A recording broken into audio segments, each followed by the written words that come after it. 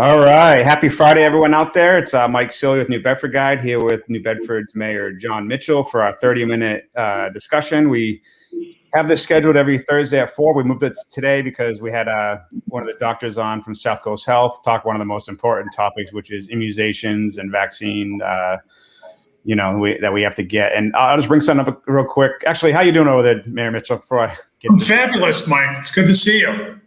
I got my second shot today, so I'm almost bulletproof. Yeah, I'm getting mine on Sunday, and they always said the second one's the worst. You're not feeling anything, or? Not yet. I'm told maybe I shouldn't give out medical advice because I don't really know what I'm talking about, but I've heard from reliable sources that taking Tylenol is one way to offset any queasiness or anything. But it's not bad. I don't think anybody who has gotten their second shots has come back and said, I shouldn't have done that. So, so it's not a reason not to get it. It was my understanding is, and if it's different, I'll tell you tomorrow. But my understanding is it just comes and goes. Yeah, I was talking to Dr. Hackner. He's like the main doctor over at South Coast Health. He said, drink some water before you get your shot, and then if you feel something the next day, Tylenol is, fine. I just want to bring up, it's important because right now it's going on. So there's vaccines at Market Basket from 11 a.m. to 7 p.m. Yep. The team at the mobile vaccine site is ready to greet you and get your vaccine. So it's right on Sawyer Street from 11 to 7 today. Yep. And if residents 65 and older, they get a $20 gift card to Dunkin' Donuts. So I just want to let people know about that. And I'll put that in the comments because it's important, right? Because we still got a lot of people not vaccinated in New Bedford. Yeah, we do. We have about 40% of our residents have at least one shot, and about 30% are fully vaccinated, which is, in both cases below the state and national averages. So, we want to get those numbers up. And, we're seeing a slow decline in cases, not that slow. I mean, it's not fast enough. We had this week we were at 20. Last week we were at 29 cases for the previous 14 days. This week it's 21. So that's progress. The positive rate's gone from 5.1 to 4.3%. So we're making progress. It's just we'd like to pick up the pace a little bit. Yeah, and so yesterday the city puts out the state puts out weekly numbers and people who are red, green, and yellow. I just want to pull this map up and see what your thoughts are. So there's two. I think I know what this map's going to say, Mike. So there's two Massachusetts communities that are still red. They consider high risk. That's down from 6 last week and 13 the week before. So it's Lawrence and Massachusetts are the last red. So, Lawrence and New Bedford. I'm sorry, Lawrence and New Bedford are still red. So why are we still red, and what does it take to lose that designation? Yeah, so the cases are elevated here, whatever the color designation is, and it's all the stuff that we're familiar with. We've had certain barriers that we've had to overcome. I think the biggest one is that we have more than most places a traditional industrial economy, and that's significant because we've had relatively fewer people here and the New Bedford area, and it's not just New Bedford proper. The region is also lower than the state in terms of vaccination rates. But we're the urban core of the region. We have people who more than most places work in factories, on fishing vessels, in processing plants where remote work is not possible, and so that has tended, and more people on construction sites. So that has, I think, we've seen to a higher incidence here. There are also cultural barriers as well. We have more people who, speak another language and that other than English. That in itself is a barrier. We try to overcome that by doing, as much promotion as we can in every language spoken in New Bedford. But, the reality is that that's something that we have to overcome as well. And we're working on it. And, all we can continue to do is say, look, get vaccinated. It's safe. It's effective. And when you get it done, do it for yourself, because it'll prove to be a big weight lifted off your shoulders, but also do it for others, especially people who are vulnerable. We've all known people who've been lost to the disease, including some people who are younger and whom you wouldn't expect to get sick. So we want to prevent that from happening, and we do it in part by getting our own shots. Yeah, so you have a chance opportunity today. I put the link to our Facebook photo that shows you over at Market Basket. You can get your shot until 7 tonight. So I want to move on to an important topic. As the weather gets nicer, some of the violence kind of spikes up. So Friday night, we had a shooting, shot and killed at Richdale in New Bedford. They arrested a 19 and 20-year-old in Brockton, charging them. Just recently, just a few days ago, we had in Fall River, there was a 14-year-old killed, another person shot, 3 people shot at a basketball court. So the summer starts spiking up. Is the city, ready to handle the violence that's going to sometimes hit in the summertime?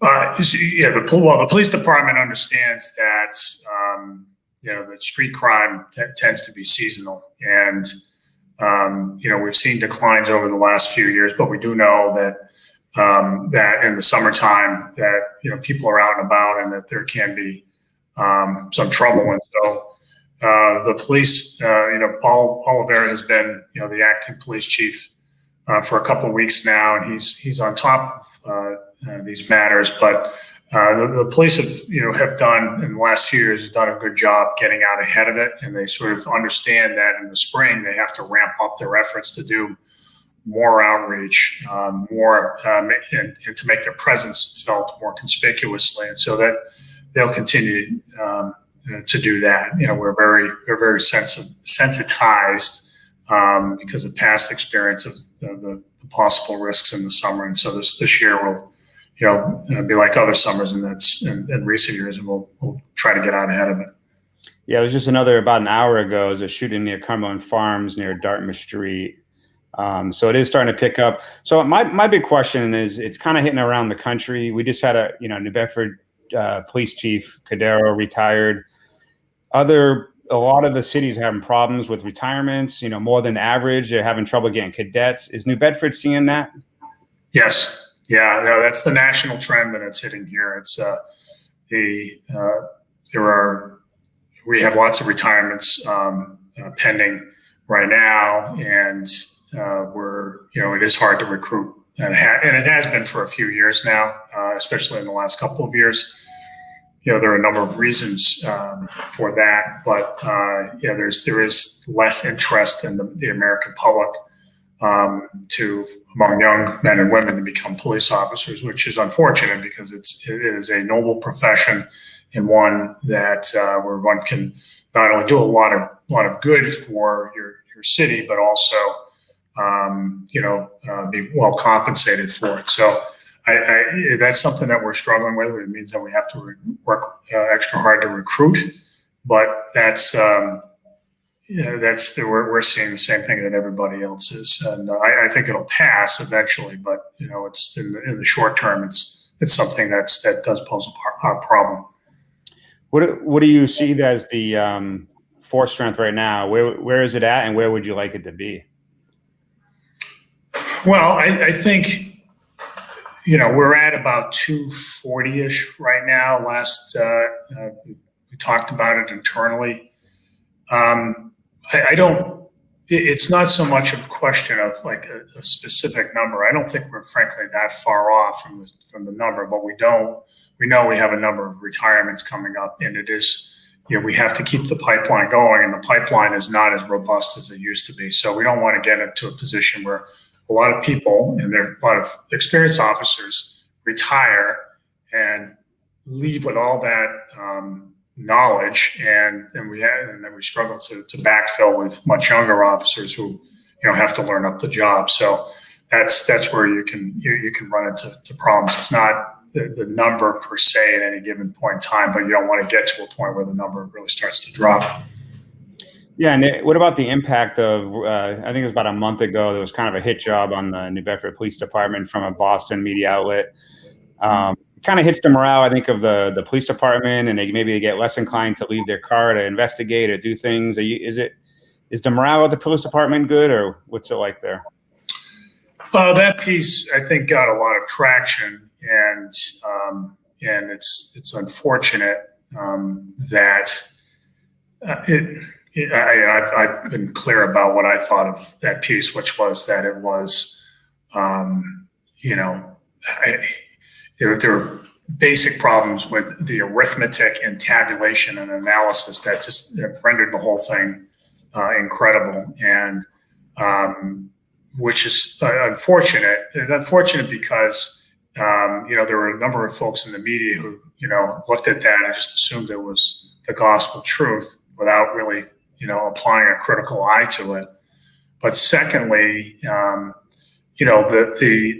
question, the ideas, the issues raised in that piece are things that we should be talking about. We have to strive all the time to ensure to protect the civil rights of everybody, right? To ensure that policing is even-handed and colorblind. And I don't accept the findings because I think the analysis was deeply flawed. But just because this one group in Boston that I had never heard of screws up the analysis doesn't mean that the issues are illegitimate. We should be, I think, talking about that. I think every police officer in our department would say, yeah, those are those things that we always have to keep at the forefront of our mind. So, I think it kind of distorted the conversation here. And frankly, as I've said before, we shouldn't allow folks from Boston or any other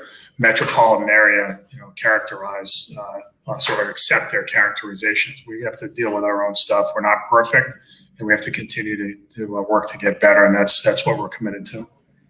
Yeah, so we do this 30 minutes every week. It's a chance for really you to ask questions of the mayor. So if you have a comment or a question, throw them in there and I'll put them up.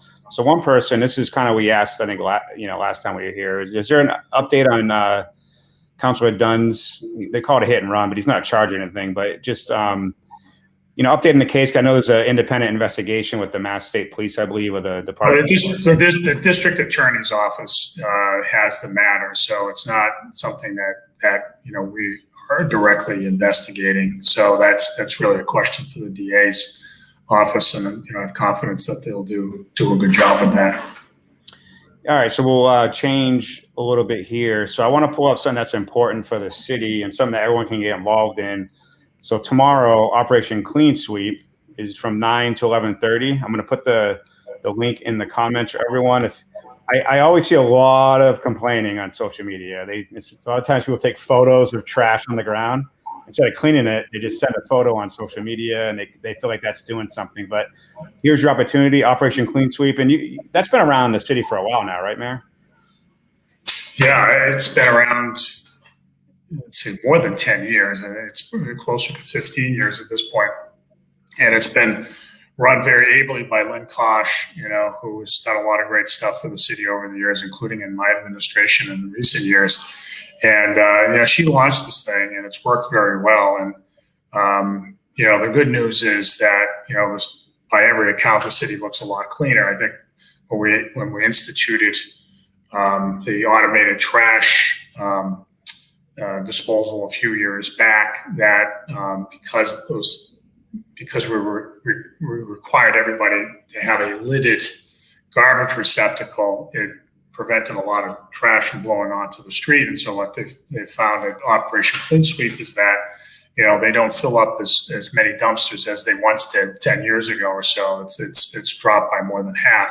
But, that doesn't mean that we all don't bear a responsibility to get out and clean up. And if we all did that, our city would look even better still. And so this is a great way to do it. It's very social. There's lots of volunteers. There's lots of free food. It's a good way to discharge your civic responsibility. So I encourage people to get out there. And, that particular location is one that, they at Operation Clean Sweep have started their seasons out for a number of years now. So I know it's often well attended. So do it while the weather's good. Yeah, so you can see on the screen there, 9 a.m. to 11:30. You park behind Kotali Mar restaurant. It's on the corner of Cushing Avenue and Sawyer Street. You get a free T-shirt. They'll provide pretty much everything. And if you go to the link, you can actually find out some of the safety tips when you get out there. But go check in there and put your money where your mouth is. You want to clean the city up, get over there. Don't just that's just it's it requires a little bit of effort, right, to actually go out and pick something up, as opposed to just posting it on social media and saying and lamenting the mess, right? No, everybody's got to play a part, and and so if we all did our part, our city would visibly benefit from it. Yeah, the whole "it takes a village" really does, especially when it comes to cleaning, really does matter. So I guess here's a question for you, Mayor Mitchell. Do you like pizza? Yeah, more than I should. Yeah. So we did a thing where it's something that we're doing to kind of promote restaurants, no charge to the restaurants. We call it Food Battle. I don't know if you saw last week, we did the pizza. I'm just going to pull up some of New Bedford's. You know how many? I didn't know there's 26 pizza places in Greater New Bedford that have linguiça pizza. It's funny. It's I mean, I think people who are at least my age would appreciate this, and maybe even a little bit younger. I don't think I ever had pepperoni until I was like in high school. I just had linguiça, right? I mean, for the longest, until some of the national chains started to show up here. Nobody serves linguiça. I mean, nobody served pepperoni. It was linguiça, even though pepperoni is like the most popular pizza everywhere else. So yeah, it's no surprise. It's great. I'm partial to linguiça myself. So we end up asking people what was their favorite. We had 800 comments, and the three top ones were Riccardi's, Paraffa's, and Ray's. And Riccardi's ended up taking the prize. It was me, Henry Bousquet, and AJ Tavares. And was this a blind taste test, Mike? It was a blind taste test, and Riccardi's took it home. I think Paraffa's finished second, and Ray's finished third. But all three of these are the best pizzas in New Bedford because those are the top 3 out of 26. I just want, again, this is a non-paid promotion, something that we're trying to do to help people get back and take care of the restaurants in our area. So I don't disagree. They're all good. Just don't ask me what my favorite is, because that's I'll have to take the fifth on that. Yeah, I would never put a politician. Mike Riccardi's my neighbor. If I said it was anything other than Riccardi's, I'm sure I'd hear no end of it. So we just got some news again this week, and it's pretty much standard every year. So New Bedford was ranked #1 for the value of seafood landing at the port for the 20th consecutive year. So 451 million worth of fish hauled. It's up 20 million from the year before. Yep. And it's not even close. You look at Alaska, which is #2, which is $289 million. So what do you have to say about that? Well, there's a lot to be said about it. One thing is we stopped for a while ago. We stopped saying how many years in a row we're #1. I mean, it's kind of like saying, Detroit's #1 for the 110th year in a row in auto production, right? New Bedford is the center of commercial fishing on the East Coast. It is the premier fishing port in the United States. And I'm proud of it. I know everybody in the city's proud of it. And the key for us, and the industry's evolved a lot. The regulations have evolved a lot, but even more so in recent years, the stocks, right? Which fish are out there and by how much have evolved a lot.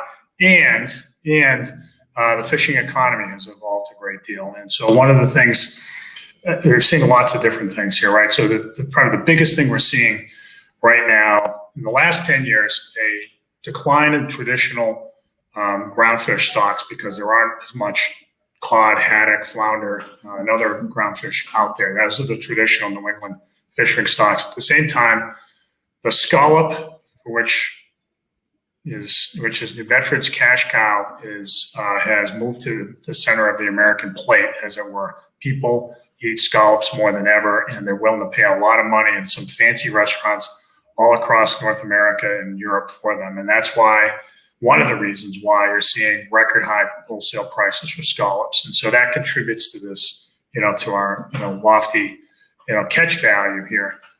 We pay a lot of attention to these things because fishing means a lot to us. Fishing and fish processing and all the businesses that support the two because we've got competitive advantages there. A lot of people depend on it, and our job, in the port is really to make sure they have accessible infrastructure, to make sure that they're communicating well with whomever they need to communicate with, right? Whether it's government, whether it's other businesses, we try to facilitate all that, and that's the position we have to be in as time goes on, because as a lot of the rest of one of my big fears, Mike, I'll just say this because I think it's worth the public understanding this.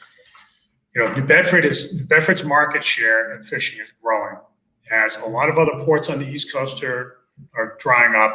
Their boats are coming here. There are more North Carolina based scallopers now that land in New Bedford than land in North Carolina, for instance, right? We get about 150 out-of-state boats that land here every year.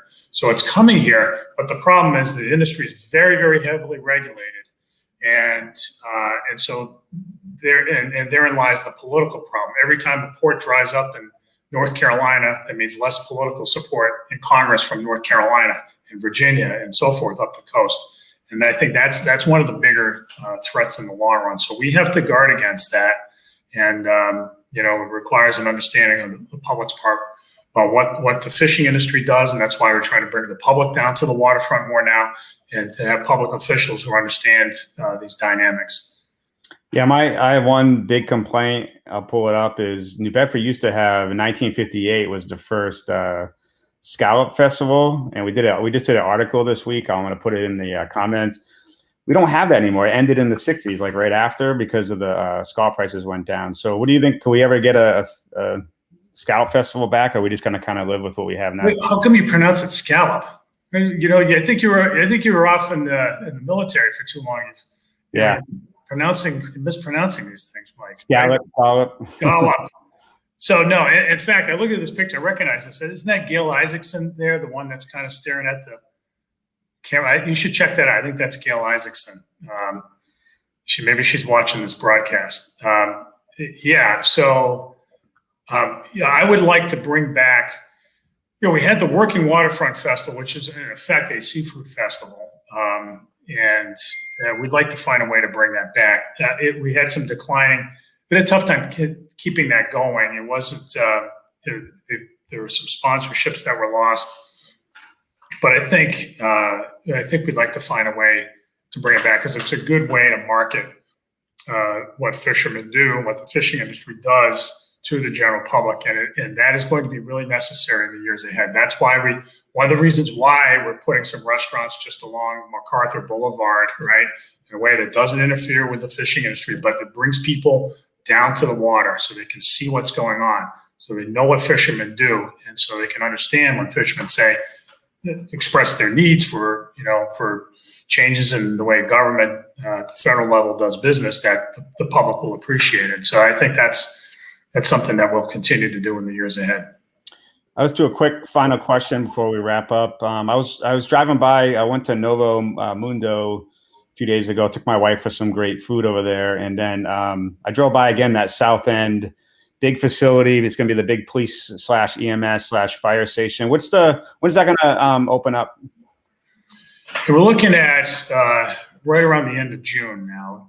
A lot of what has to be done is just sort of the finishing touches on, as you will well appreciate, the networking capacity, that pulling fiber through and making sure that the place is connected with everything else that it has to be connected to in the city. And that's really what's left now. It's come a long way. It's a great state-of-the-art facility for our fire department and our police department, and we're very proud, that we were able to build that thing. It's the first fire station built in the city since 1956. It's the first police station, standalone police station that we've built. I don't know when the North End station was built. It's either in the late 50s, early 60s. So it's a long time, more than 50 years. And so that's a real, I think, there are a lot of people who put a great deal of time and effort in designing and constructing and conceiving that building. And it's going to be great when we cut the ribbon. Yeah, it's massive. If you're just head down the South End over by Roos Street, you guys can see it. It's a massive facility. It's going to combine multiple buildings. into one, kind of eventually do a ribbon cutting over there, and we'll go live over there. So I'll let you close out, Mayor Mitchell. Yeah, well, thanks for having me, Mike. And again, I think the big thing for everybody to hear this week is that we just have to continue with the vaccinations. It's, I think sometimes a lot of people think, well, if they're not hesitant about the vaccine, there's a convenience factor in there. And so we're trying to make it as convenient as possible with sites like the one that you showed on the screen over in Market Basket. There's the one at the EPA terminal on the waterfront that's open again for walk-ins. So, if you do have some issues with the vaccine, honestly, don't take my word for it. Just you should talk to your doctor, right? You talk to your doctor about all kinds of other stuff, and you entrust your doctor with your own health care. Talk to your doctor about it, and the next time you have the opportunity, that's what I would suggest to you. So we have to keep it going. Yep, I'm getting my second one this weekend. So, and Mayor's got his second one. So you guys should just go look into it. Check CDC's website. Contact South Coast Health. We did the interview yesterday. Kind of alleviate people's fears. Let them ask questions. We'll do it again pretty soon. So thanks for tuning in, everyone. We'll see you again next week. Great. Thanks, Mike.